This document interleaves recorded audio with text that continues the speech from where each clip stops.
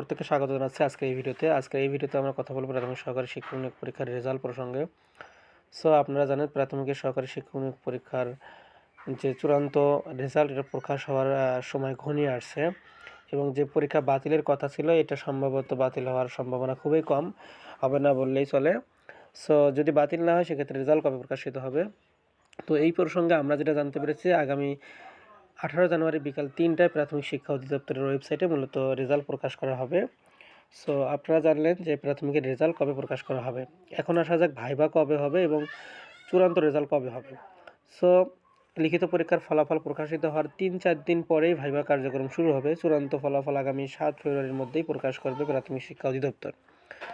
So এই তথ্যটা একটা একদম অথেন্টিক সোর্স থেকে বলছি যে এতটুকুই কথা, 18 তারিখের মধ্যেই তারা রেজাল্ট প্রকাশ করবে 3টায়।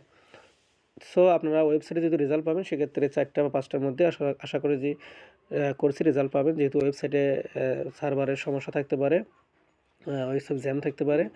সো এই জন্য একটু লেট হইতে পারে, আপনার নেটের প্রবলেম থাকতে পারে, কিন্তু 3টায় তারা বলছে যে রেজাল্ট প্রকাশ করবে।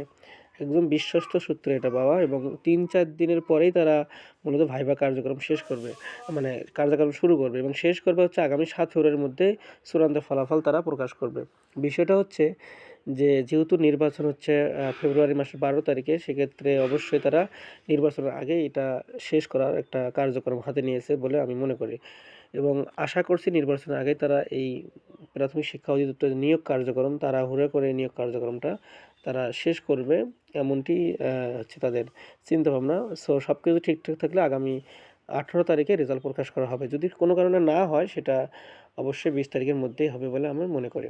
সো অবশ্যই আপনাদের মূল্যবান মতামত জানাবেন। একই সঙ্গে বলে রাখি যে প্রাথমিক শিক্ষক সহকারী শিক্ষক নিয়োগের যে পরীক্ষা এটা বাতিল করা উচিত ছিল, কিন্তু কর্তৃপক্ষ আসলে তা করবে না। এটা একটু ভেবে দেখলেই হয়।